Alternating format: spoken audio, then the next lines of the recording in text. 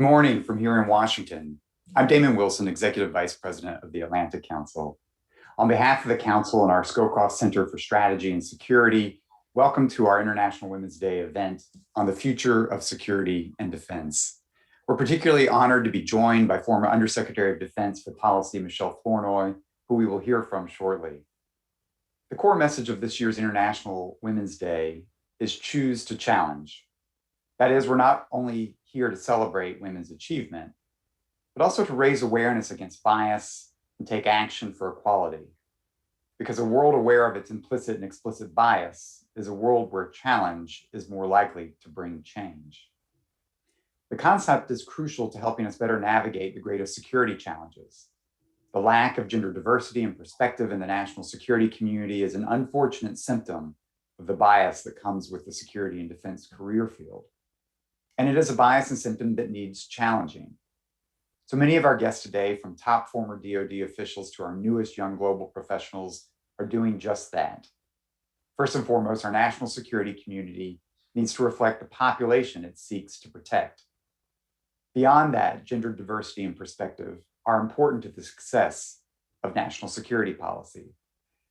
Gender diversity brings with it the ability for our decision makers to build greater consensus, to make better decisions, to find more chances to think and act innovatively. In a global environment where the challenges are more complex and the threats are more dynamic, these traits are essential in our workforce and for our national security. So this is an issue the Council takes to heart.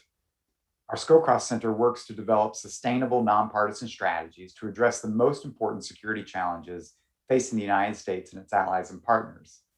The center honors the legacy and service of General Brent Scowcroft and embodies his ethos of nonpartisan commitment to the cause of security, support for U.S. leadership and cooperation with allies and partners, and dedication to the mentorship of the next generation of leaders.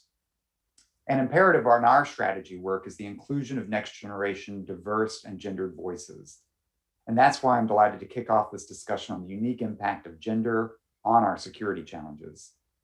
I'm equally inspired by our team of next generation authors who have built a campaign of written work on these issues in the run-up to today's event.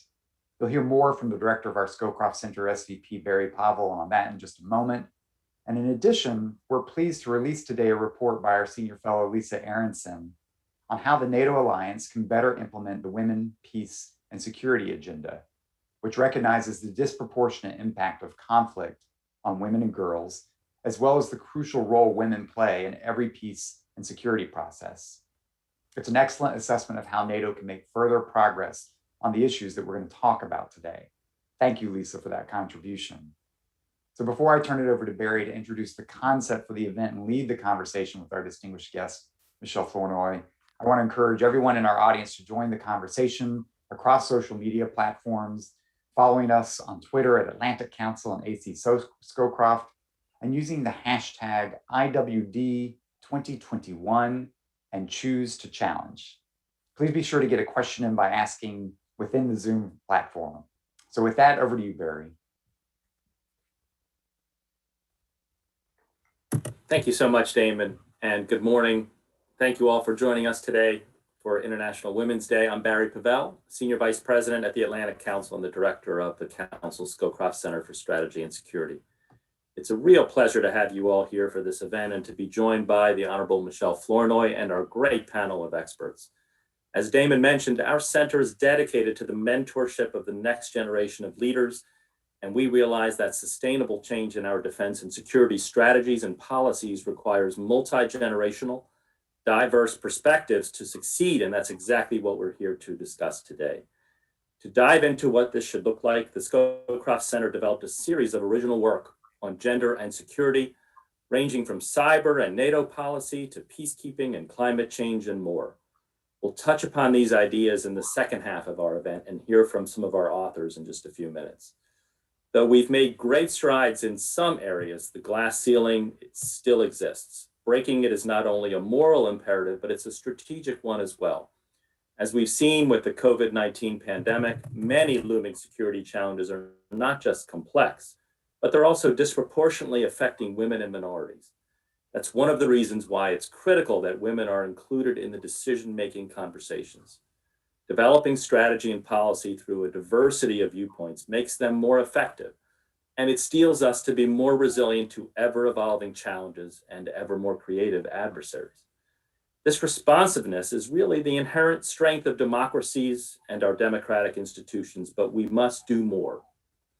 And that is why we've arranged this event, to celebrate the progress that women trailblazers have already made, to explore how we can most effectively go further, and to help adapt the future of defense and security with the understanding that a gender perspective can be a core strategic strength. With the intellectual firepower we've gathered here, I expect we'll have no shortage of ideas. So please do share your questions in the Q&A box at the bottom of your screen if you're on Zoom. We would love to hear from you. If you're following along on Twitter, feel free to tag @Atlanta Council and @AC Scowcroft with the hashtags Damon mentioned. It's worth repeating them, #IWD2021, and choose to challenge. To further frame the discussion, I'd like to turn now to the Honorable Michèle Flournoy to provide her perspective on why diversity and the inclusion of women is important in international security. By way of introduction, for those who don't know her, Michèle is the co-founder and managing partner of WestExec Advisors, a strategic advisory firm that offers geopolitical and policy expertise to help business leaders make the best decisions in a complex and volatile international landscape. Most notably, the Honorable Flournoy previously served as the Undersecretary of Defense for Policy. She's also a personal mentor of mine, a role model, and a friend. Michèle, it's a real honor to have you here with us today. Over to you. Barry, thanks so much for the warm introduction, and kudos to the Atlantic Council for hosting this event. I think it's really important that we take time to pause and reflect on the road that women have traveled in the field, and to both acknowledge the progress that's been made, but also acknowledge how much more work needs to be done to get things to where they need to be. So, I was reflecting on the question of progress, and I remember, back in 1993, when I first stepped foot in the Pentagon, that year we decided to organize a women's lunch for the senior women appointees. And all 8 of us sat down on the table, at the table in the Pentagon dining room, and caused quite a stir because, oh my gosh, the women are having lunch together. What are they planning and plotting? Today, you could fill that dining room with former women Pentagon, appointees. And we have a new milestone with Dr. Kathleen Hicks being appointed to the Deputy Secretary position as the highest ranking woman ever confirmed in the Pentagon. So, there has been progress. But when you look at the ranks of the national security cohort in general, when you look at the persistence of the sort of plague of sexual harassment, when you look at the leadership climate, when you look at impact on policy, there's still so much more work to be done. So what I wanted to do in my brief remarks today is really to make a more compelling case for why it matters. It's not just the right thing to do, it actually will strengthen our national security. So the first thing is to recognize that in a democracy, it's really important that the government cohort, the leaders in government, including in the national security sector, actually look like America. We want to be represented by those who reflect the full diversity and talents of our society. The second is, when you add 50% of the population back into the equation, and you're recruiting not just from the male 50%, but now both men and women, the full population that is available. When you broaden the talent pool, you increase the quality of who is willing to serve and who is able to contribute. In addition, the diversity of perspective and lived experience is critical. And I would say this is certainly true not only on a gender basis, but on ethnicity and race, on generational and other dimensions. What the business literature shows, and there are many, many Harvard Business Review articles on this topic, is when you have a more diverse set of decision makers, whether it's at the executive leadership level, whether it's at the board level, you can actually measure better decisions and better organizational performance. So when you put women into the mix, you're going to get better outcomes because of that diversity of perspective. You know, we've all been in a room where groupthink was starting to take shape. And then someone comes in with an orthogonal idea and the whole room, the light bulb goes on and you're thinking, oh my goodness, how did we miss that? How did we not think of that? That's what diversity brings. And that's why you get better decisions. The impact on the leadership climate, and this is very real. I'm not saying that every woman leads in the same way. That, of course, that doesn't. No, every man doesn't lead in the same way. But when you, again, have a diversity of perspectives and experience, you're going to get a leadership climate that is generally more inclusive, more tolerant, more open to and welcoming of dissent and different points of view. And again, that will enhance performance. I also think you'll get a leadership climate that is less tolerant of things like systemic racism and sexual harassment and so forth. And that in turn will affect your ability to recruit and retain people. You know, we volunteer to be public servants. We volunteer to serve in the military. We volunteer to be diplomats. And if you have a toxic leadership climate, that's going to hurt your ability to attract the best and brightest in America.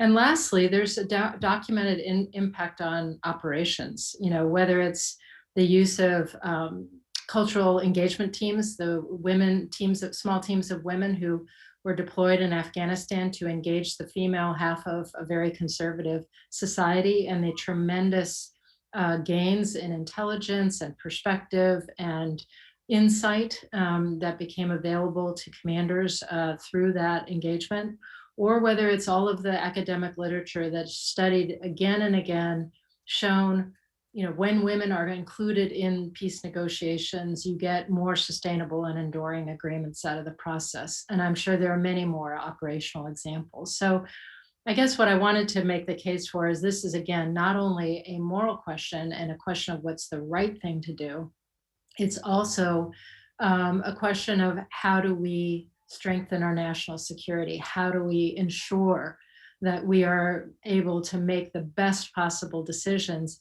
in an increasingly complex environment where it's not only traditional challenges like competing with a rising China or dealing with a revanchist Russia, but now we're dealing with preventing the next pandemic as a security issue, addressing climate change as a security issue, and so many others. So let me stop there, but just say again, applaud you all for putting together this discussion and look forward to the conversation. Thank you very much, Michelle. And you really put it just so well. And I remember 1993 too, and coming in and working for you, and that does ring a bell. I'm so glad we've made so much progress since then, but as you said, there's so much more to do. We already have some good questions coming in. And so first we'll take two at a time because we want to be really efficient. And the first two will be Anka Agaki from the Scowcroft Center and Clementine Starling also from the Scowcroft Center. Thanks so much, Barry, and thank you, Ms. Flournoy, for being here with us. I guess my question refers to how we can reimagine security. International security is generally a field resistant to change, and many times it relegates issues such as gender or race or even novel threats like climate change that you mentioned to a corner, since they don't neatly fit the mold or our frameworks. So where should we start reimagining what constitutes security, and how can we make it more inclusive in your perspective? Okay, Barry, do you want me to take one at a time, or are you going to take two? You said. Why don't we take Clementine Starling's, and then we'll go if you don't mind, and then you can address both of them, and then we'll go back to the audience. Clementine. Sure, thank you, and thank you so much. My question is related to applying a gender lens. So I'd be interested to hear, Ms. Flournoy, are there specific issues or areas where DoD has applied a gender lens previously and seen success? And related, are there areas of opportunity that we are not yet doing so? Okay, great. So on the broadening national security, I actually think we're at a critical moment where um, I think the American people almost expect a broadening of our definition of how we talk about national security. They've just gone through an unprecedented pandemic. If you ask the average American today, is preventing the next pandemic a national security issue? They would say, of course, what a stupid question. I think you also have a rising generation that understands the criticality of climate change and accelerating and scaling our actions to try to mitigate it. And they, that's also on the table as a national security issue. And I actually think, despite the Trump administration's effort to sort of stifle this view, the military is very much on board with that. They did a report in 2019 that clearly acknowledges climate change as having multiple national security dimensions. So I do, and then I would just add that in a time when we are coming out of a pandemic, we are dealing with the economic fallout of that. I also think it's a time when, you're hearing people in the administration talk more explicitly about the connections between our domestic policy and our foreign policy. And one specific example that's already out there is, when you ask, most Biden officials, what are the important things we have to do to deal more effectively with China, the first or second thing they'll say is we have to invest in the drivers of our own competitiveness here at home. Access to higher education, science, technology, research and development, 21st century infrastructure, smart immigration policy that attracts the best and brightest, and so forth. And then they'll also talk about, engaging allies for a common approach and so forth. But I think the direct links between our domestic policy and what a foreign policy that serves the American people, that helps the middle class, helps the American workforce, I think that conversation is very explicit right now, and that's a very good thing to help us reframe and rethink. On the question of applying the gender lens, I think it's been quite I would say limited so far in terms of really focusing primarily on stability operations, peace negotiations, that kind of, the kind of agenda that's been pushed by the UN and has been adopted by member states. But I don't think it has had as much impact on how the Department of Defense actually organizes and trains and equips the force. I think we have not taken a gender lens to the human capital issues in the department. Again, the most glaring issue is a decade of efforts on sexual harassment that's really failed to have the impact that's required. Even though there has been progress for women appointees, and we'll see more of that in the coming year as people come in. In the military, there is progress there, but it is way too slow and way not what it should be. So, I think that's probably where I would start, because I think that has so many second and third order effects if you get the human capital and the talent management piece right, that will have ripple effects on your policy, on your operations, and on your impact. Great, thank you, Michèle. Really good conversation. I want to go to an audience question. We'll take another two at a time, if that's okay. We have a good question from Rebecca Taylor. She writes, as the initial cohort of women leaders aged 60 and beyond, what is the best way to keep them engaged? I'm specifically thinking of the transition on boards that is wonderfully underway. How to broaden, regularize that process of continuous leadership engagement? That's question one. And we'll take question two from Chris Galuba, who's the director of the Transatlantic Security Initiative in the Scowcroft Center. Chris. Hi, Michèle, and let me just restate what Barry did earlier, is that you're an inspiration to every woman in national security I know, but you're also an inspiration to every man in the field as well. And so working for you in the Pentagon was a real privilege, and I just want to thank you for your leadership and for joining us today. My question is on male allies and how important they are for women in security. I sometimes feel the significance of men helping women is overstated, since it takes attention away from the success of women while giving men extra credit for being good colleagues, which we should just expect they should be regardless. So I'm curious how you think about this, how you assess the importance of male colleagues in your own career, and what advice you would give to young men entering the field about supporting female counterparts. Thanks, Michèle. That's great. So in terms of engaging senior women, it's a great question because, you know, a lot of these folks, you know, the Madeleine Albrights of the world, you know, they are trailblazers. And, you know, the good news is that Madeleine Albright, Secretary Albright, is still going strong. She's still teaching at Georgetown. She's writing books. She's speaking. She's sitting on boards. She's chairing nonprofits. And that's the kind of engagement I would love to see the sort of the torchbearers, if you will, have. And so I do think encouraging women to see it serve on both corporate and nonprofit boards, and really developing more of a network that tries to sponsor that inclusion is really key. I think, you know, every big board that has an opening does a formal, you know, search process, but more often than not, the people who get brought in it's through word of mouth, it's through relationships, it's who knows who. And so that networking is really critical.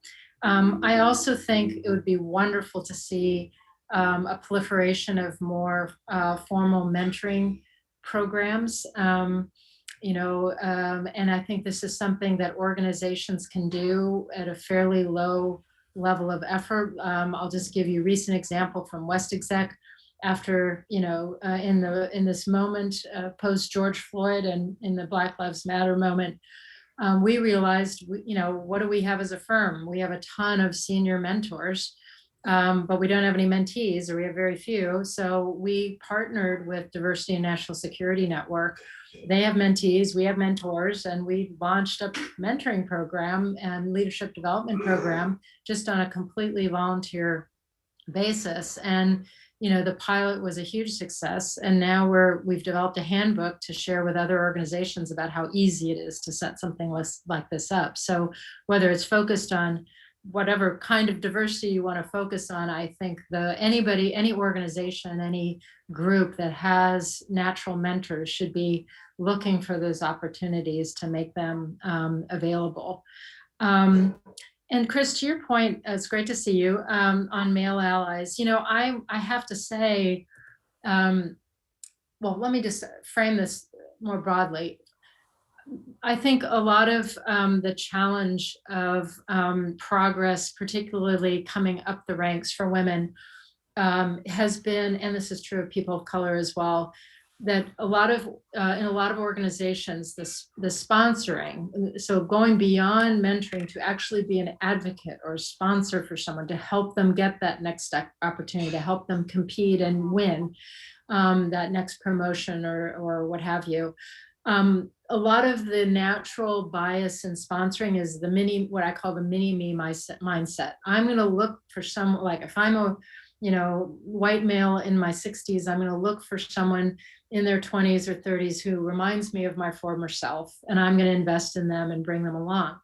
Well, the problem is that that's kind of a perpetuating negative cycle. If there are very few women and very few people of color in the senior leadership ranks, there's just not enough sponsors if you're taking a mini-me approach. So I really have appreciated men and who've held themselves accountable to use their mentoring and sponsoring to diversify the field. And I was a huge beneficiary of one such person, the late Dr. Ted Warner, who really was an amazing self-appointed mentor and then sponsor, and not only to me, but a whole generation of women, you know, Kath Hicks, Christine Wormuth, Janine Davidson, all of these women, and Barry as a token male.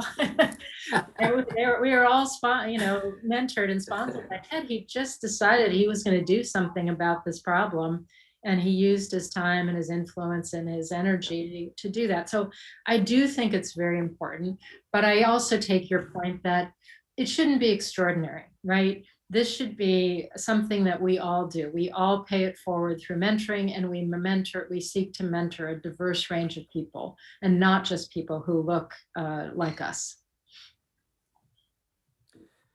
Thank you, Michelle. We have an excellent question from Hilary Papa of the Washington Institute for Near East Policy, one of those great emerging women leaders. We know her. She asks, how can the United States lead by example and encourage its allies to galvanize support for women's rights and leadership, especially when allies lack progress in these issues? That's the first question. And then we'll take the second question from Leah Schuneman, who is the newly promoted Deputy Director of the Transatlantic Security Initiative in the Scowcroft Center. Leah? Great. Thank you so much for speaking with us, Ms. Flournoy. You've pointed out that we've made a lot of progress with including more women into leadership positions, especially throughout the Department of Defense, including with the historic confirmation of Deputy Secretary Hicks. And you have also explained the many benefits you see in having more diverse viewpoints and leadership in an organization across the board. But what do you believe is the biggest barrier to women reaching leadership positions in the U.S. national security and defense policy field specifically? Okay. So on the question of how do we work with our allies who may, on women's rights issues, the first thing I would say is we aren't always the leader in the room. There are many of our NATO allies who have had multiple former, current and former female secretaries of defense, secretaries of state, prime ministers, so we're not always the strongest example in the room, but I think we have a sort of, it's in our own interest to raise questions of women's rights alongside human rights and democracy more broadly, as we have discussions with our allies. One of the things that comes with being an ally is it should be having the confidence in the relationship to speak candidly. And where we see it is an area of failing or weakness or something that is going to be detrimental to a country or to our alliance, we should be speaking up. We should be leaning into that discussion and offering, perhaps creative ways, of working together, whether it's how we structure our tabletop exercises, how we structure our training, how we structure the scenarios on which we train, what kind of leaders we send to the engagement. I mean, I can't tell you how many times when I went to the Middle East as the undersecretary, I was told I wasn't being, given an honorary male status, which I think was supposed to be a compliment. But I think demonstrating that you can be a woman in these positions and be, extremely effective, maybe, by example, time we create a little cognitive dissonance on their side that allows them to expand their thinking in the future. But I do think we have to push this issue. In terms of the remaining barriers, there was a long time where the biggest barrier was that we had not cultivated the talent pipeline sufficiently, and there weren't enough women at every different level who were qualified and competitive for the position. That's no longer the case. I mean, you could have an all-female OSD leadership team if you wanted one, honestly, and that would probably be an awesome outcome, but that's not going to happen. But I think the barriers now are more to do with inherent biases, with perhaps some self-constraint of, as a woman, do I want to work in a more inclusive environment where the barriers have already been broken down and it's not a fight every day?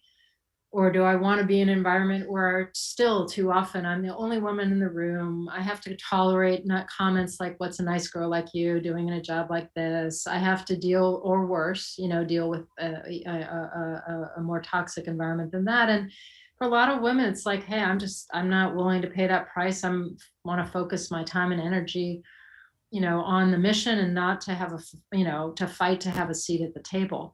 Again, I do think this is changing, but I think unless we make much more bold moves on the question of leadership climate and sexual assault and harassment, we're not going to attract the as many women as we need to be strong and successful in defense. Thank you, Michelle. Really important guidelines for us to consider. We have a next question from Caroline Molterer. She is the Chief of Staff of the Scowcroft Center. Caroline. Thank you, Barry, and thank you so much, Ms. Flournoy. My question is, how do you expect having more women in leadership positions in the Department of Defense would affect the course of U.S. defense policy? Thank you, Caroline. And then we have another excellent question from Patrice Smith. She asks, how can young women, especially women of color, break into national security given the current barriers? Are there any resources that we can look to? Okay. Let me start with the second one first. You know, I do think that we need to do more to help not only women, but women of color break into this field, especially hard defense. And there are growing resources. I mentioned Diversity and National Security Network, which if you haven't plugged into them, I would encourage you to. But we also need to scale. We need to, I would say, assess the entire pipeline, soup to nuts, on a gender basis, on an ethnic or racial basis, and other dimensions. And we need to sort of systematically identify where are the problems. Is it, you know, I would go all the way back to, are we attracting enough people of color into international relations, international security degrees as undergraduates, as master's students, as PhDs? Are they showing up enough in the range of, you know, internship programs at Atlantic Council or CNAS or Brookings or what have you? Are they, you know, being trained and sponsored and mentored to get into those first line positions? Are we recruiting classes into government or into service that look like America? And then, you know, what happens 5 years in, 10 years in? Where are the barriers where perhaps we start losing people disproportionately? And here I'll just mention, I had an opportunity to serve with the wonderful Vern Jordan, who just passed, sadly, and Madeleine Albright and Admiral Mullen on a diversity advisory panel at the CIA when John Brennan was there. What they found is they'd done a really great job in recruiting a class, each class that looked like America, you know, all the right balanced kind of mix. But fast forward 15 years to when that class was reaching the point of being considered for promotion to senior intelligence service, which is like their SES, women were only 23%. The percentage of people of color had dropped way down. So something was happening, or some things were happening in that 15-year journey that was working against women staying and being successful, people of color staying and being successful. And so the study really went piece by piece by piece to analyze what were those barriers and those obstacles, and then developed a set of recommendations to systematically go after them. And I think that's the kind of work we need to do in each agency if we're really going to make a difference here. On the more women and how it would impact defense policy, look, you know, you could poll a set of women in defense and you're going to get different policy views. But what I think the inclusion of women does do is it opens the conversation to more divergent views, to perspectives that are coming in from different angles because people have different lived experience. And so it becomes more, I think, a more inclusive of different perspectives, more integrative of different perspectives, and less prone to groupthink. I used to feel, sitting in the Situation Room, like I was often the person who was like throwing the little bomb onto the table to say, you know, well, have we thought about this? Or wait a minute, before we all decide that this is true, what about that?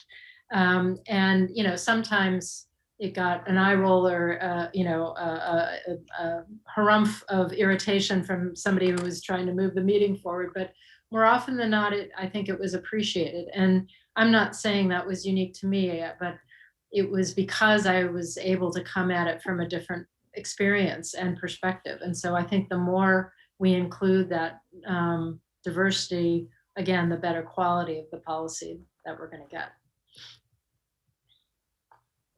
Thank you, Michelle, again. I think we'll go for two more questions. One is from Ann Daly.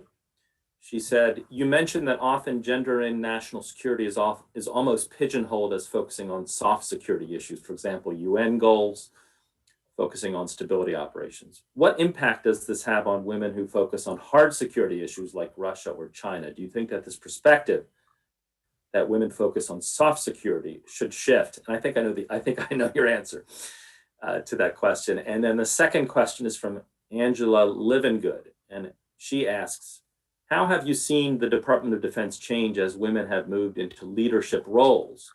What topics have come into more focus? And here, Michelle, I think of your own career trajectory, if you wouldn't mind also including that in your answer. Sure.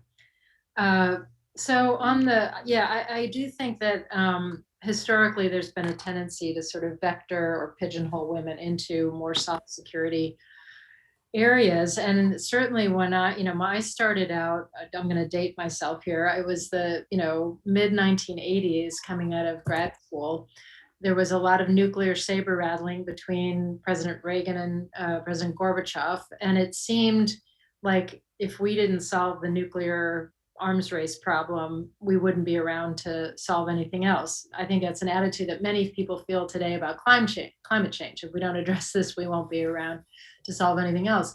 So I went into the hardest of hardcore security issues. My first job was trying to count nuclear weapons in the unclassified domain, and counted bomber counting rules and throw weights and warheads and just like the most, and there were no women in the nuclear priesthood, and I was like this novice coming in, and it was very hard. I mean, honestly, I had people, at least one boss who actively tried to drive me out of the field, I learned a lot from that experience. But, I do think we want to encourage women to pursue their interests and passions across the board, including of the hardest of the hard security areas. And, I think that is happening more and more. You have, women leading, teed up to lead the strategy, who have led the strategy function, the oversight of military plans and operations function, women who are experts in counterterrorism, women who are experts in the defense program and budget. So I think that is actually changing, but it needs to continue. And I'm sorry, I wrote down DoD leadership. What was the question on DoD leadership? Sure. Have you seen the Department of Defense change as women have moved into leadership roles? What topics have come into more focus? And I was thinking of your own career trajectory here as something you might comment on. Yeah, no, I do think it is gradually having more of an impact. And what I certainly found is, again, one of the areas that came into focus for me, and I think is happening more and more as more women take leadership roles, is the understanding that you can't be a high performing policy or operational organization unless you are a high performing organization with regard to how you manage your human capital. And so when I came into policy, I had a incredibly mission oriented group who were absolute patriots, but they were exhausted. No one had invested in their professional development or training. No one had figured out how to give them a break or any kind of predictable time off. So we did a human capital strategy on the theory that when you invest in your people, you're going to lift the performance of the whole organization. And that definitely worked. I remember Secretary Gates reading a memo from the Middle East shop about 6 months in, and he put it down and he said, did you fire everyone in that organization and hire a new group? Because this work is incredible. It's totally different level. And I was like, no, we just started taking care of people. And the same people had dramatically improved their performance. So I do think that is an area where I've seen women leaders take more of an interest and more of a natural inclination to go in that direction. And I think that is really fundamental to understand that as a policymaker, you're not just there to make smart policy or to come up with the best new idea. You're actually there to get the best possible performance out of the organization for the secretary, for the president. And that means really becoming a leader and manager of people. And I think there are many, many women I've seen who just have natural inclination in that direction. And, if developed a little bit as leaders, just do, make a huge contribution. Thank you, Michelle, so much. Thank you for your time here. We know it's very valuable. Thanks for participating, and just thank you so much for your service as a role model to women and men, as a mentor to me and so many of the others that you mentioned at this event. Thank you so much. Well, great to be with you. And again, kudos for recognizing the importance of this day and the work that still needs to be done. Thank you very much, Michelle. And now we'll turn to the next item on the agenda. And for that, I want to introduce my great colleague, Kirsten Fontenrose. She is the director of the Scowcroft Middle East Initiative. Kirsten, over to you. Thank you so much, Barry. I don't think I'm on camera because I'm being told that I cannot start the video because of the host. So that's all right. You certainly don't need my face. I'm not the important one here. Our panelists are. But first, let's talk a little bit about the video that we're going to see and that the panelists will discuss. This video was prepared recently in special preparation for this event. We're going to sit back here. It's a short original video that the Scowcroft Center for Strategy and Security produced for us. And 6 Scowcroft Center initiatives wrote blogs examining gender and security in several different areas that are feeding into this video. The video is going to summarize a little bit of it for you so we can enjoy it, cover it quickly. And then we'll follow up with the links in the chat to each of these blogs so that you can enjoy those separately. The areas we're going to touch on are cybersecurity, assumptions testing, transatlantic security, economic empowerment, strategic foresight, and defense. We asked our blog writers to analyze why applying a gendered lens across fields of security policy is necessary and how it can help make the US more competitive and resilient. They didn't disappoint. In this short video, you'll get a sneak preview into the forthcoming blog series I mentioned. Those blogs will cover the gendered impacts of non-traditional security threats like climate change, the disproportional targeting of women by disinformation campaigns, which I found fascinating, and assumptions about women in cybersecurity and peacemaking. And then finally, the pursuit of a feminist foreign policy in allied states. We'll touch on that in our conversation as well. I'd like to highlight that several of these blogs were co-written by our Young Global Professionals, the Atlantic Council's premier program committed to shaping the global future by mentoring the next generation of intellectual entrepreneurs. And the bottom line of this series is this: diversity matters in international security. Gender matters. We need to take a more multifaceted approach to the future of our defense. So after the video, we'll discuss these ideas with a panel of experts we're thrilled to have. Joining us are Emma Ashford, Senior Fellow with the Scowcroft Center's New American Engagement Initiative, Lauren Bean Buita, founder and CEO of Girl Security, which you'll hear more about, but I really recommend you Google and learn all about. Fantastic program. Lauren DeYoung-Schulman, Vice President of Research and Evaluation at the Partnership for Public Service, Camille Stewart, Head of Security Policy at Google Play and Android, and non-resident fellow at the Belfer Center for Science and International Affairs at Harvard, and Nina Sawyer-Wagner, Chief of Staff for the Assistant Secretary of Defense for Strategy, Plans, and Capabilities, one of those offices that Michèle Flournoy was just talking to us about, where women are truly engaged in the hard security issues. But first, let's roll that video.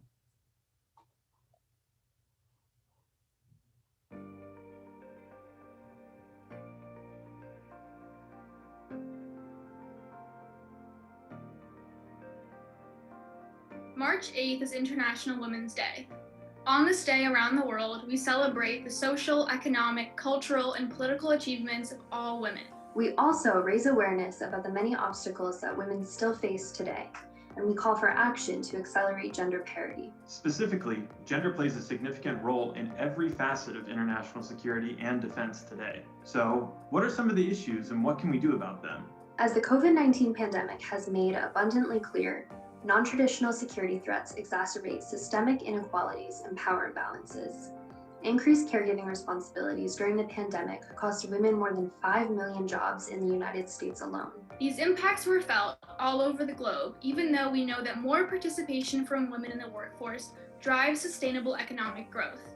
What is good for women is good for societies, but this simple fact is so often overlooked. In cyberspace, women are the disproportionate targets of gendered disinformation campaigns, which use gender stereotypes to undermine women online and subvert the credibility of female leadership. This instills doubt in our democracies, amplifies social divisions, and poses a key vulnerability for our adversaries to exploit.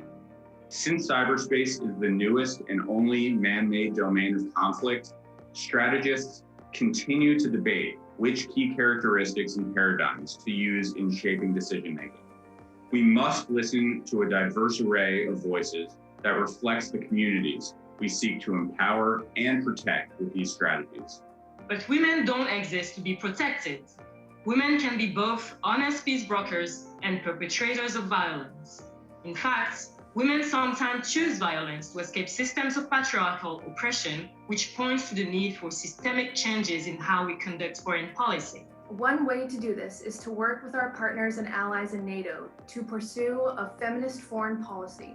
Feminist foreign policy realizes the values our international order is based on: democracy, human rights, and the rule of law, and minimizes the security vulnerabilities experienced by women, gender non-binary people, and other minorities.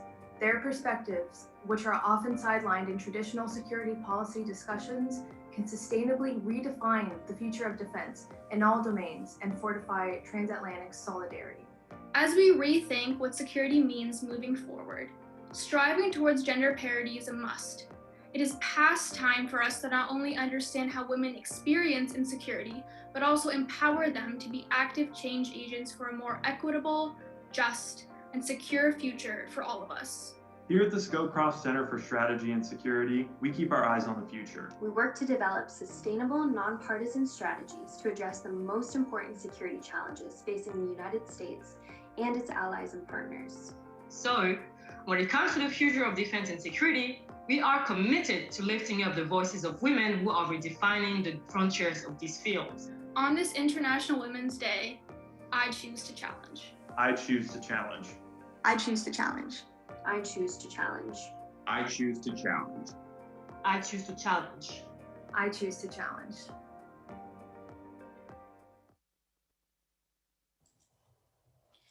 Emma, if I can turn to you to kick off this discussion. As we just heard in the video, women often play a role in violent conflict, but are often not involved in the peace agreements intended to end them.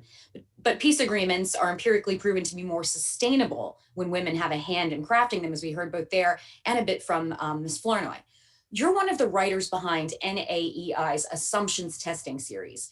Can you help us understand this? No one thinks that men can be only soldiers or only statesmen. So why is there a perception that women can only be peacemakers? Thanks, Kirsten. And this is just a wonderful event and a really great video. And I think, the point that Aude Darnall, who is one of our associate directors at the New American Engagement Initiative, the point that she made in the video, which is that women can be both victims and the perpetrators of violence, is a really important one. At NAEI, we do a lot of work on testing the assumptions that underlie US foreign policy. And assumptions can be dangerous if they lead you into making the wrong policy choices, thinking of the wrong solutions to problems. And I think the example that you mentioned there, and that came up in the video, that peace agreements are more durable if women are involved, is a really telling example. Because the agreements aren't more durable because women are intrinsically peaceful, and they make peace agreements just happen. Agreements that include women are more durable because women are tied into societies. Women are active participants in conflict. They support men that participate in conflict, and they are essential to making sure that peace agreements continue and actually work. And so there's a growing literature on this, and on the many different ways in which women are a part of security, on whether women leaders fight more wars, on how women interact with violence in conflict settings. And the point really isn't that women are good or bad, it's that women are absolutely integral to security questions in general. And narrowing the focus when we talk about women in international security, if we narrow that focus, as Michèle Flournoy noted, to things like stability operations and peacemaking, that's a big mistake, because women are a part of security issues across a very broad spectrum, and we need to remember that that is the case, rather than just assuming that it's about peace building. That's a fantastic scene setter, Emma. Thank you so much for setting up this framework. And let's dive down a bit into some of the issues more specifically. Camille, if I can turn to you, cybersecurity is an evolving field, and it's the only man-made domain of conflict. So does this mean that this man-made construct makes it more or less likely to involve women in decision-making? You know, to point to what we just heard from Emma about their value in it. Yes, first, thanks for having me. I mean, quite frankly, technology and cyberspace in general take on the characteristics of the society that it underpins. And so if we are living in a society that is framed in systemic sexism and systemic racism and some of the other societal issues that we have, then that is what cyberspace is perpetuating and exacerbating. So we have a great opportunity for women to lead, for women to change the nature of our thinking around the complex challenges in cyberspace, because it is a human-centered challenge. But right now, we are not. And we can do so much more to take a look at how women are targeted in cyber-enabled information operations, and how the weaponization of gender and race are inherent and integral tools for malicious actors. And so there's a lot of work to be done, but I am hopeful with the discussions that have been happening, especially as of late, that women in leadership and women decision makers will become a norm in this space. Thanks, Camille. Following up on that, based on your work in the hashtag Share the Mic Cyber Project, and building on what you just said about how work needs to be done, are there things you all are recommending, or that you're looking at specifically recommending, to create out of the cyber domain perhaps a role model for proof of concept for other domains going forward in terms of that kind of inclusion? Yeah, so one of the really important pieces of Share the Mic in Cyber is that we want to empower people to understand that the action starts with the individual.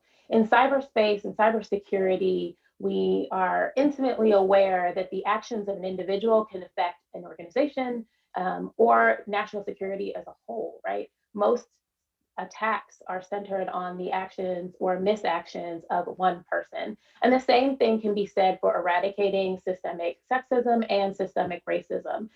You as an individual have a role to play in making space, including the voices, including the perspectives of others, such that we will be more effective practitioners across domains.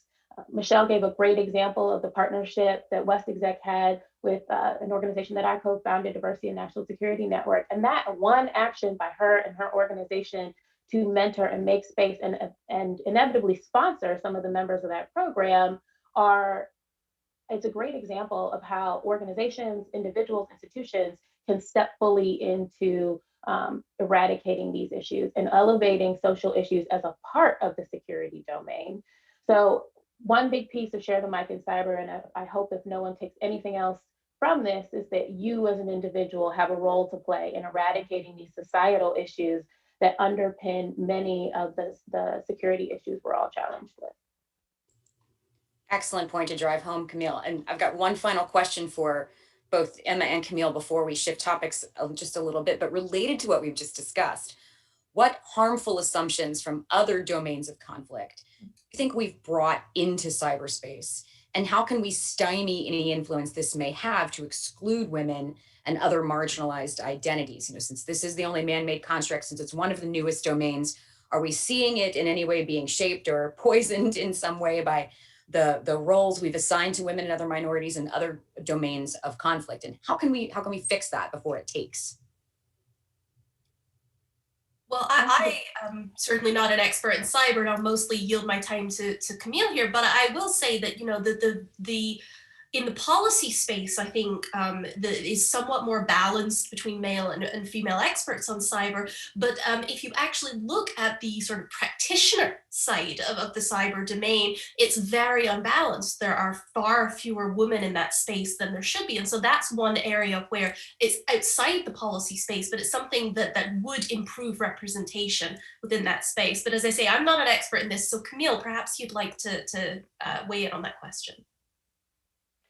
Yes, as I mentioned, you know, this is a human-centered problem. And so to ignore women in the ideation, innovation, the implementation of technology, the implementation of systems is a huge gap in the efficacy in cyberspace. And so as we think about how we continue to evolve and how we allow voices to impact, reflect, improve the work that we're doing, we have to leverage those different voices, the intersectional voices at that, right? We cannot ignore how different parts of our identity allow us to innovate and ideate. And in cyberspace in particular, it's not only that we need to reflect the lived experiences of the people we seek to protect, but also the people that are, you know, taking the malicious action. If we ignore the fact that many of the attacks are coming from overseas or folks with different backgrounds, how do we innovate around combating that threat, around understanding the human psychology that underpins the actions that are going to be taken? So there's a huge opportunity here for us to do better and to think more broadly and to allow other voices to help us get ahead of these challenges. Wonderful, thank you both. Lauren B., turning to you, slight shift here. As an upcoming piece to be published by the Atlantic Council will elucidate, gender disinformation is a real issue and something we're going to see increasingly more often in the US, to the points that Camille and Emma just made, as more and more women run for office. You've had a unique career focused on building interest in national security careers for the next generation of women. How do we combat the stereotypes that feed disinformation campaigns targeting women being considered for national security roles or running for office? And how can we attract more women to seek these roles? Thank you. And thank you to the Snowcroft Center. And I just wanted to take a moment to thank Gabriella Doyle, as well as all of the young women who wrote blogs, which I read with great interest over the weekend. One of the blogs noted that sort of our modern national security ideals came into formation post World War II. And I would just urge her to maybe even think a bit further back to World War I and maybe even 10,000 years, and encourage all of you to keep writing. I think one of the things that we talk a lot about at Girl Security is the idea that there are generations of women's suffrage poets and war fighters whose writings have remained underrepresented in anthologies. And so keep writing. Which is one of the ways that we can fight disinformation. You know, the internet offers all of these wonderful opportunities for women to populate a new narrative about national security online, yet at the same time, women are 3 times more likely to be cyberbullied, targeted by disinformation, as well as misinformation. And so from my perspective, growing up in this field, kind of post 9/11, after 9/11, everyone was looking for something to do, a way to give back to their country. You know, my brother enlisted and deployed to Iraq, and I worked at a small think tank. Disinformation really provides an opportunity to engage girls sooner because they truly are on the front lines of disinformation efforts. And I think what disinformation represents is really, it's a reflection, it's a really ugly mirror, because the reasons why race and gender narratives have been able to be weaponized is because we've normalized systemic racism and misogyny in our country. And so with respect to, maybe this is more on Camille, is there's platform recommendations, right, with respect to content moderation, greater transparency, more efficient reporting mechanisms for girls and women. But I think from Girl Security's perspective, it's a dual kind of opportunity where we can both engage girls sooner in thinking about national security, but then also attract the next generation of women in national security. And so what I always try to introduce into the disinformation discussion, because I think it's overlooked, is there is this issue that disinformation is gendered and it targets women and girls and it targets populations of color. But what's underlying all of that is a change in girls and women's cognition. And so a lot of the social science is looking at the confluence of these trends, where you have girls and women more likely to be targeted, girls and women relying more on digital information. So that has not just impacts to their personal security and our national security, it also has impacts to their kind of broader participation in the workforce, to their civic voice and democracy. And so from our perspective, yes, there are platform changes that need to be made. There are policy recommendations that can better prepare Congress and members to speak to their constituents. But I also think there is really a priority in educating girls and women sooner at the K through 12 level, which is where we start our work, to get them empowered and thinking about ways to identify and report disinformation. Because if we've learned anything from the history of national security, it's girls and women have always done this very well. And oftentimes society fails to secure women, even though I agree with the point that we don't need to be protected. But I think there are mechanisms in place that can ensure that girls and women's voices are heard on this critical national security issue. You actually answered my follow-up question in that, so thank you so much. But we're including a link to girl security in the chat. You mentioned that there are platform recommendations for policymakers, legislators. Are those by any chance, I'm just putting on the spot here for a second, if those are on your website, can you point us toward that so folks can maybe take a look? Or if not, they can take a look at the programs you're mentioning for K through 12. Any place we should be directing folks to continue the policy discussion piece of this? Yeah, girlsecurity.org/disinfo provides a lot of the content that we have on disinformation, but we're also going to be hosting a symposium later this year, which we'll flag for folks on our website, which is really going to take a deep dive into these challenges at the intersection of tech, society, and national security for girls and women. Fantastic. Everyone sign up for that. Thank you so much, Lauren. Let's change focus a bit here again. And Nina, you work in the lead office overseeing strategy and capabilities at the Department of Defense. And as such, you spend your days neck deep in security policy and thinking about the future of defense. We'd like to hear your thoughts on the gendered impact of some of the complex threats we're facing in parallel with disinformation, like pandemics and climate change. Thanks so much for having me. It's an honor to join the panel, and in particular to follow Ms. Flournoy's opening remarks. She was my first Undersecretary for Policy, and I can testify that her legacy here is strong, especially because of her investment in policy's human capital. We all remember her really fondly. To your question, I absolutely agree that there's an exacerbation of gender equality when there are security threats. What strikes me where I sit from, speaking from, is that people around the world live in countries that face varying degrees of that kind of physical threat. And so if we're in a country that does have security, absolutely, we should aspire for equity and justice.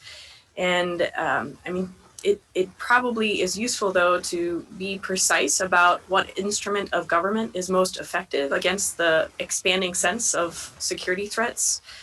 So for us in the Department of Defense and the Pentagon, I think we try to stay, focused per our strategies on the core need to deter and defend against aggression.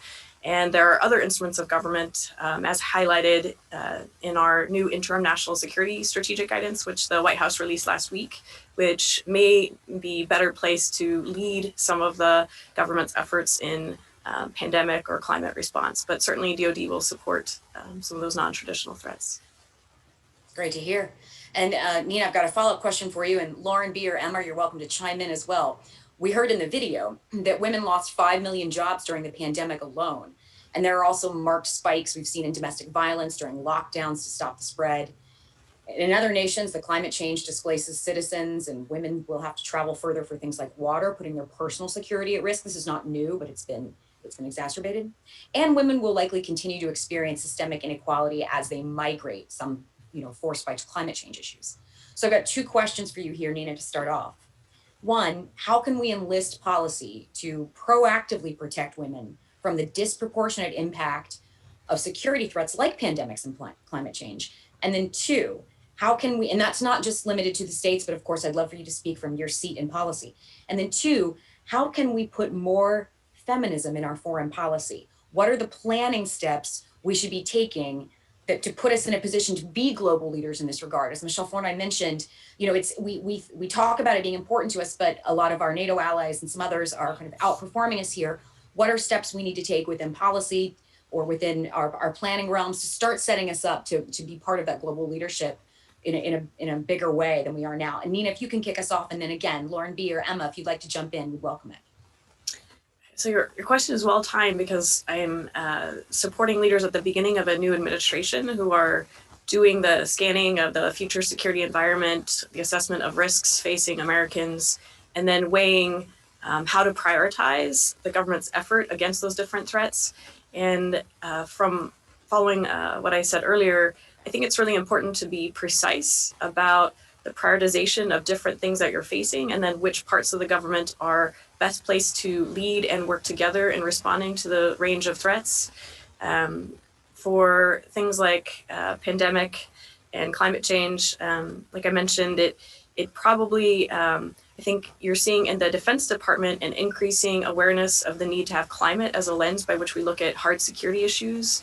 I'll be honest, like the gender lens is not really a prominent lens for us. I do have a colleague that works on women, peace, and security issues, but it's not a primary lens by which we look out and with the Defense Department's core responsibilities, think about how do we affect and shape those potential threats. So for that, I would probably think about the White House's work ahead in the next year in fleshing out a national security strategy to really take on a gender lens through an interagency look, and then understanding which parts of the government, for example, the State Department might be best placed to lead then a response in the government to applying that lens. And so I think in the next year or two or three, based on what you're already seeing at the beginning of this administration about their policy orientations, that you might indeed see some more work in that vein. But again, the precision of how you use those different tools is probably what comes to mind. Yeah, I'll just, if I could just echo something Nina said about the sort of the tools and agencies best suited to applying this kind of gender lens, because I think that's really important. You know, we have this very strong tendency to focus on DoD. The military has become just the core component of our foreign policy in recent years, but there are other agencies, Department of State, USAID, that may be better suited to deal with some of the problems that you mentioned in your question, Kirsten, everything from sort of refugee policy to women's rights. And we need to think about more of a sort of whole of government toolkit for addressing these issues rather than just trying to pigeonhole it into the security space. But on your question about sort of feminism in foreign policy and feminist foreign policy, I did just want to push back a little, because I think something really important that Michèle Flournoy said when she was talking, she pointed out that women have opinions across the spectrum on foreign policy, and that women, when you include them in discussions, when you include more diverse populations in discussions, you're broadening that discussion in general. Feminist foreign policy, on the other hand, you know, at least in the international relations theory sense, is a fairly narrow approach to the world structured around specific prescriptions. And I actually disagree with some of its prescriptions, even though I wholeheartedly support applying more of a gender lens to the way we approach foreign policy. So I think we do have to be careful there. And I think for me, you know, success in women in security would look like a place where I don't have to choose between my opinions on foreign policy and advancing women in the space. When we reach that point where women of basically every opinion are available to staff every position, I think that would be a resounding success for women in the security space, rather than a narrow focus on a sort of a feminist foreign policy. I can just add in, you know, the interim national security strategy talks about systemic racism. I would like to see misogyny mentioned in a discussion around some of the challenges that we confront. It's a weapon of terrorist organizations, you know, maybe with a few exceptions like the IRA. We should normalize a discussion around misogyny. I think certainly with respect to the Department of Defense, recruitment and retention should not be siloed from sexual harassment and assault. We have over 500 mentees in our program, which we've onboarded last year and this year. One of the top reasons why girls don't want to pursue a career in service because they're afraid of some type of physical assault. So I think it's important to take a more holistic view as to what those issues are rather than siloing them. And I think the same goes to the cybersecurity and related fields, national security law, policy as well. Cybersecurity, since we're talking about disinformation, if you have a platform or corporation that's condoning or not proactively mitigating harassment and gender, you know, targeted misogynistic behaviors towards women, why would you want to pursue a career in that field to a point that Michèle Flournoy was saying? Why would you want to have to be the person that is kind of pulling up the back end while fighting the headwind? And so my kind of ideal situation would be, whether it's feminist foreign policy or other, is seeing national security through an equity lens, which is really kind of doing an assessment of the resources and opportunities of which certain populations are deprived and driving programs that are directed towards serving those populations. And I think lastly is we need to start looking at careers and kind of diversity, equity, inclusion initiatives sooner, especially with the pandemic.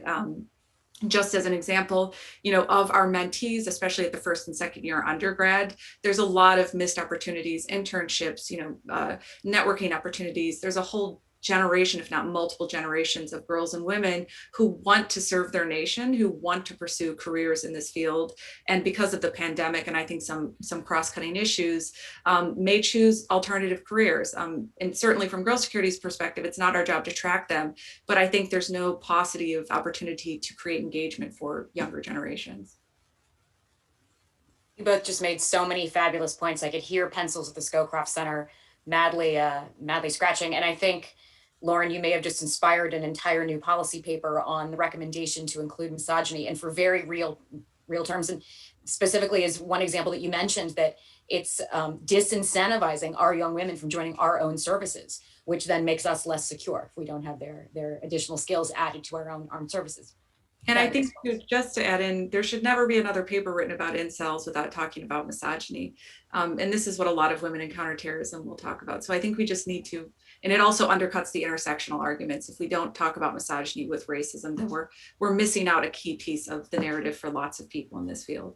Excellent point. And I love that you brought up the use of misogyny by terrorist organizations as well. I think we've examined that quite a bit in a lot of our policy discussions here in the States, but it's kind of fallen off because terrorism has fallen off the lens a bit in terms of being in the center of the radar. It's time to talk about that again, because that certainly has not decreased. And any emerging groups we're looking at will definitely use that as a tool of war, because they always do. I think that's a wonderful point. Thank you both.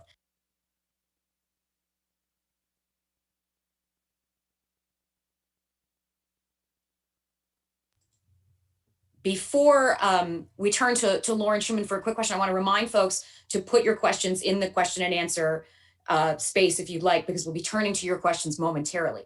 So Lauren S., you're on the forefront of issues surrounding women in national security. You've been there for a long time. From your new perspective at the Partnership for Public Service, how do you think civil society can help protect women from the gendered impacts of complex threats? Governments obviously don't do this work on their own. Climate change doesn't respond to UN Security Council resolutions, and disinformation can't be regulated. So the bulk of the work protecting women will rely on change agents in communities, many of these change agents being women themselves. So what strengths does the non-governmental sector bring to this challenge, and how should governments work with that sector to best tackle it? Such a great question. I'm going to answer a narrow aspect of it around some of the work that my organization, the Partnership for Public Service, does now. When I was in government, I noticed two worrisome tendencies amongst policymakers in the National Security Council and elsewhere. The first being they rely a lot on their gut. Their guts often right. They're very experienced guts. They have their guts have done all kinds of things in policy for many years.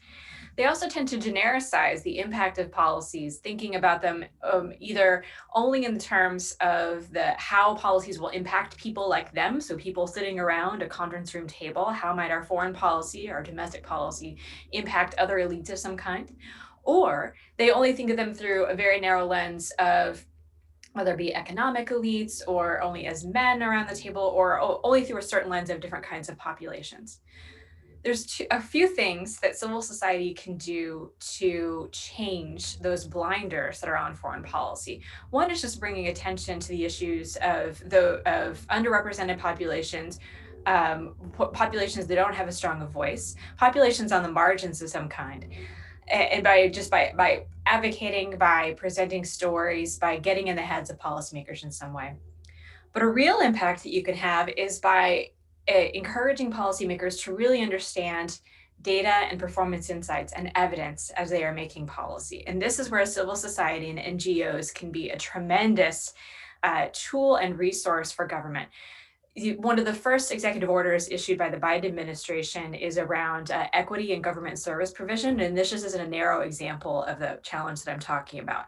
Much of government data is only collected around very generic population description. So it only does by gender, if it does gender at all. It doesn't talk about any other demographics beyond that. So you don't necessarily know, in terms of the programs you're implementing, the policies you're generating, what is the impact on different segments of the population. So you may have tremendous feedback from everyone saying this program is great. But if you go down to how women in Texas are impacted, or immigrants in California are impacted, or those who are English language learners are impacted, you will find a very different perspective. Government needs to be better at collecting this sort of information, but in the absence of doing so, civil society can bring attention to how government policies have disparate impact on different segments who either are underrepresented or don't necessarily have a voice at that situation room table. In the absence of them being able to do so, getting the ears and attention, civil society is an amazing megaphone for accountability, and being able to talk about how government is failing to live up to its commitments, is not telling the full story of its policies, is not representing the impact of its foreign policy by only talking about, number of strikes perpetuated against terrorists and not number of strikes that had an impact, an enormously detrimental impact on the children who lived in the area, or the families, or the local businesses, or otherwise. Civil society can bring attention to different stories that are never going to find their way to the situation room table in the absence of people having the stories, evidence, and data to do so. This is something that my organization tries to do in terms of the performance effectiveness of the US government, but so many other civil society organizations do elsewhere. But part of that, a final conclusion to that, is that policymakers at all levels need to be more receptive to the kinds of evidence they are not receiving at that situation room table, whether it be data and evidence, whether it be stories from elsewhere, or whether it be an understanding that the sort of data they are receiving is biased. And civil society can play a tremendous role in all of those. Fantastic. Thank you, Lauren. Camille, I want to ask you a follow-up question about enabling what Lauren just said. And this actually came in from one of our audience members. And she asks, as we re-implement human society online, we have the power to reinforce desirable behaviors in the online platforms we use. The challenge is finding sustainable business models that are mutually reinforcing so desirable platforms can grow. Are you familiar with platforms that are doing this well? Are you familiar with platforms where the civil society organizations Lauren spoke about, for instance, can go for, to partner with in terms of being a force multiplier in this case? So we're seeing a lot of product inclusion work across some of these platforms and companies that could be a good model for this work in the security space. I don't know that anybody is doing it comprehensively or extremely well, but content moderation programs that weave in product inclusion and equity review processes is a model that many of these companies are starting to think about and should implement to try to advance these ends. These are things we need to demand of these companies, quite frankly, right? Business drivers are what lead the moment. And so as we continue to cry out for more equitable platforms that are considering issues of misogyny, race, gender, et cetera, they will start to look at them more. And so in this moment, we've seen them start to work through and reckon with the fact that their platforms are exacerbating biases in ways that they've never intended. And that implementation of technology, in addition to the things that they were already looking at, like data, are mechanisms for oppression and unintended consequences, and reduce the efficacy of the programs that they're implementing. So I have not seen any programs that are exceeding at this, but I think that there's a lot of work that can start to happen if we start to look at those frameworks that are being successful in product inclusion. Thank you, Camille. We've got a question for Nina or Lauren S. here. How can we convince US leaders in the interagency that mainstreaming the women, peace, and security agenda, and even aspects of the human security agenda, strengthens democracies against autocracies? So how do we convince them that these agendas are not simply about women or about soft issues, but really about the bigger issue of strengthening world democracies and the US being the leader for that? So I'll go back to a point that Michèle made in the beginning of her remarks, and that so often her role was not necessarily bringing up, this is how women are impacted by this policy, or this is the feminist lens on this. But as she said, kind of throwing the grenade in the middle of the table to say, by the way, are you noticing that this policy is going to have this impact over here? Or let me ask this awkward question that should be evident to everyone, but is somehow not in this conversational space. To me, the human security and women, peace, and security agenda is so often that element. It's the one that everybody is very obviously aware of, but has decided to set aside for the moment. And being able to mainstream those as opposed to like waiting for the inevitable op-ed or the inevitable tweet campaign or social media campaign or the inevitable failure of our policies in some way. Let's incorporate these considerations earlier into our policymaking discussions. Let's not have them as also rans or the special advisor that we meet with once every 6 months.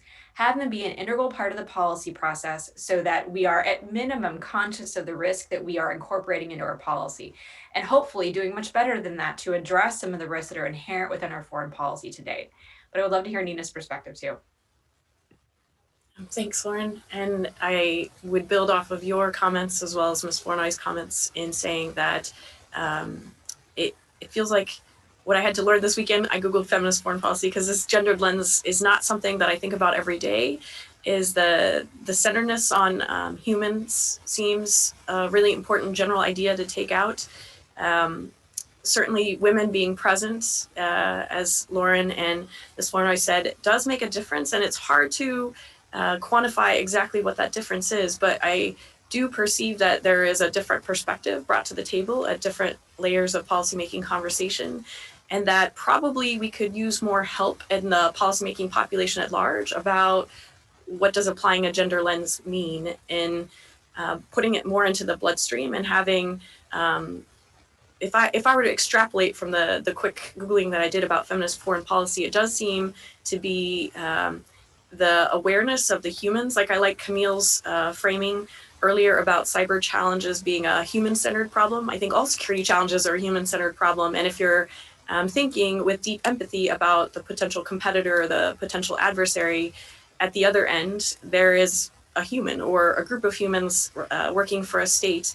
And that awareness can often give you a more complete picture about what AID colleagues might call the drivers of conflict, root causes of conflict.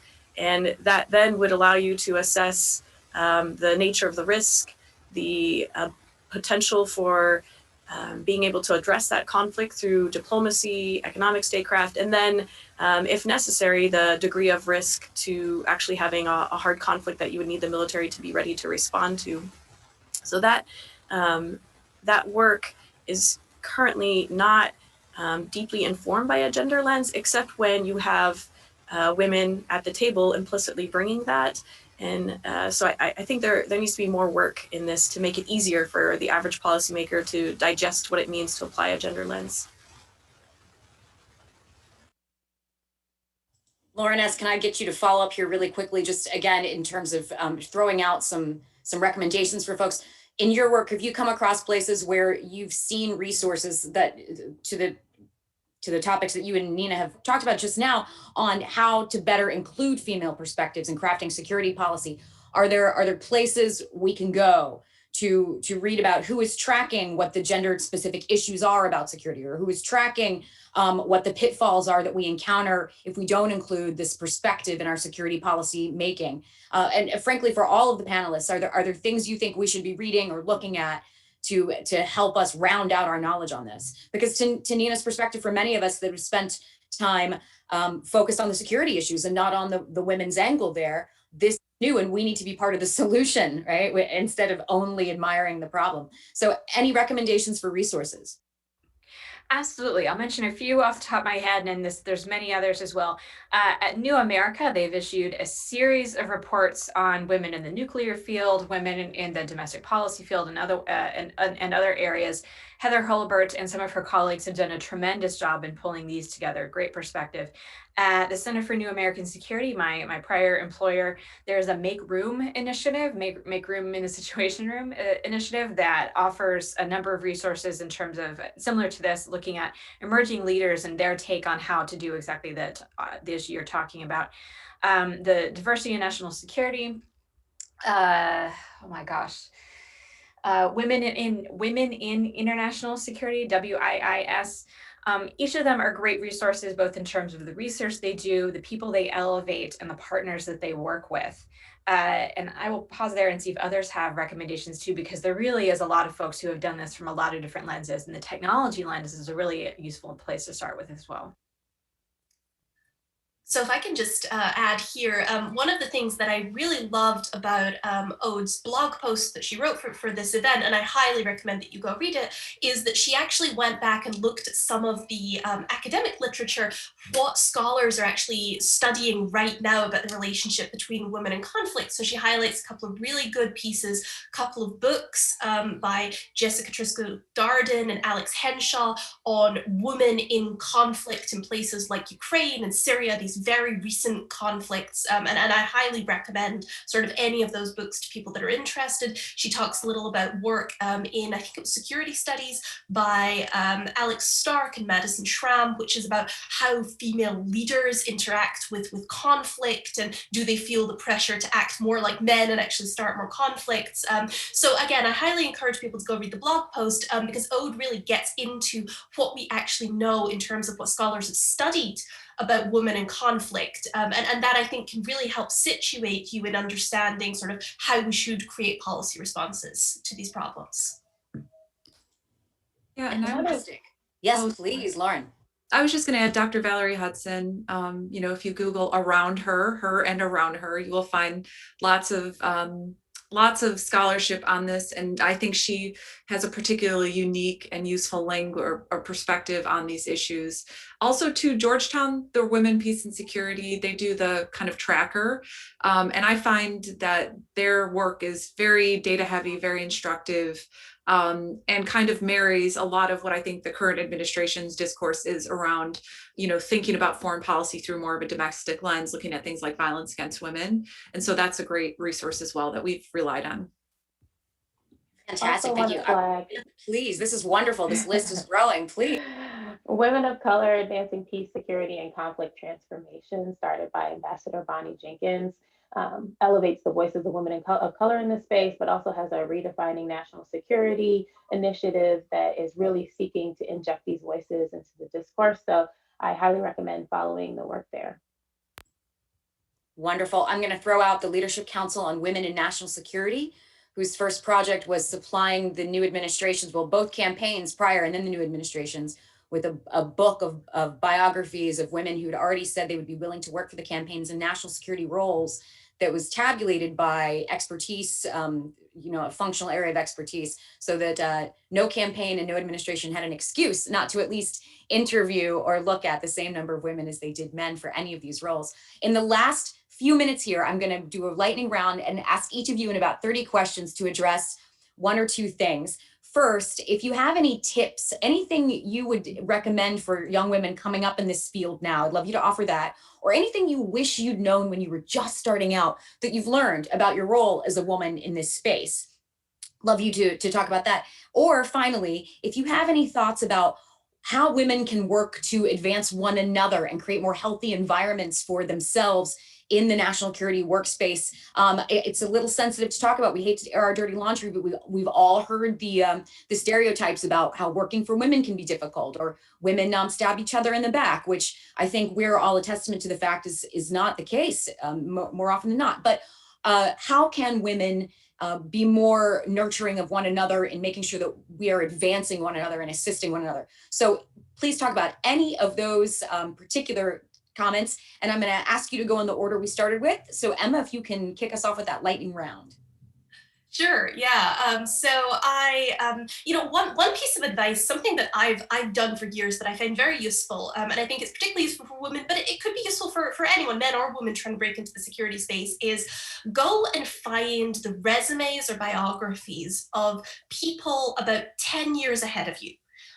You know, and look at what they did in the intervening time between sort of your age and their age, and then look 10 years further out from that, and what did people do in that space? Because I think there's so much of a tendency when you look at the national security space, you're looking right at the people at the top. You know, you're looking at Michèle Flournoy, you're looking at Kathleen Hicks, and you're saying, oh my God, I have no idea how anyone would ever get there.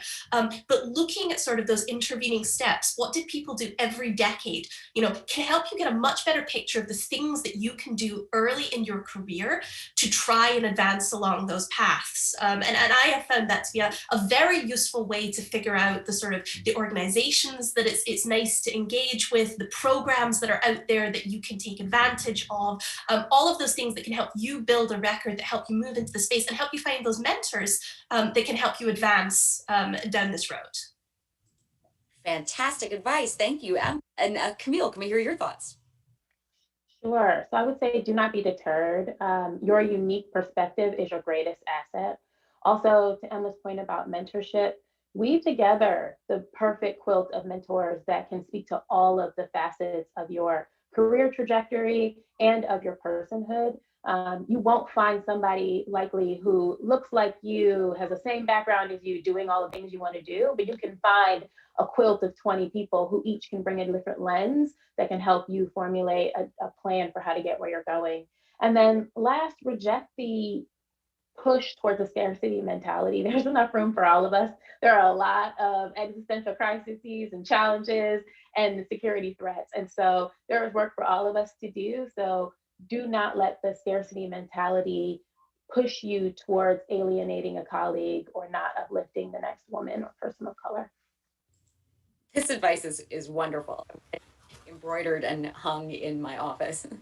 Lauren B., can we hear from you? Sure. I mean, if depending upon your age, you can go to girlsecurity.org and be mentored, but I also encourage people to sign up to mentor. I mean, a lot of the younger women in our program who are early career are oftentimes surprised to see themselves as mentors, but to Emma and Camille's point, is cultivating a community of mentorship and kind of giving of yourself in the space, I think actually has kind of this dual effect of both being empowering, but also then giving back to young women who are coming up behind you who need some help as well. So there you go, a tangible call for action. So young women on this event, let's see you sign up with Girl Security. Great. And Nina, your thoughts? Thanks. I'll share 3 thoughts. The first is a parrot of something Michèle Flournoy said at a mentoring advice like 11 years ago in policy. And the first thing she said was be excellent at what you do. And I think that's really important, to invest in learning development so that you are really good in the policy field that you choose. The 2 other things I would suggest, which come after 10 years of doing this work, is to be deliberate about your own inner work. The first point within that is to be clear about your life purpose, which I think helps temper some of the pressures and the pulls that your career might have on you. The second subpoint is that if you're a caregiver in your family and you're not giving 100% at work, that's okay. And I think that's really important to say, because if you are taking care of an elderly parent, if you've had a child, and you're not quite your 20-something self, dedicated 110% to just work, it can be really difficult to come back. And that's something that I've been experiencing over the last couple years. And I try to self-validate the value of what I bring and what I still contribute, even when I'm having to toggle between different roles and different requirements in my life. Thank you, Nina. I think that's reassuring to many of us and quite wise. And Lauren S., can you take us home? Find a community of women or men with whom you can be vulnerable, who will be your biggest cheerleaders and who can act as peer mentors for you. Peer mentorship is something that I learned so tremendously from many of the women on the screen right now, but from others as well. Read widely and deeply, be able to harness and marshal your arguments and your evidence as best as you can. And I think the last thing I would say is something that Michèle always tells everybody in all of her career advice perspectives, is to choose your boss as best as you can. Sometimes you can't. Sometimes it's taken out of your hands. But when you can, choose a boss who is going to be the best possible advocate for the mission of your organization, as well as your potential as an employee. This has absolutely been wonderful. Thank you all so much. And if anyone watching doesn't have a page full of notes with recommendations and recommended readings and action items, then they've been listening to something else. I can't thank you all enough for making this such a fascinating conversation and really giving us things to move forward on. We weren't just talking about an issue or admiring a problem or speaking in generics. I mean, you've really, really nailed home some things all of us can do. And we thank you for that. That's exactly what we're here for. at the Atlanta Council to help with policy recommendations, help with things that can be implemented, you know, the do part of a think and do tank. And I don't think we've ever had a better example of that than this panel. So thank you all so much. Thanks to everyone watching. Thank you for making International Women's Day a delight, inspiration. And we look forward to seeing you all again very soon back here, and hopefully to having some of these panelists feature even more frequently now that we've seen their expertise in our own programs. Have a great International Women's Day. Bye-bye. Thank you.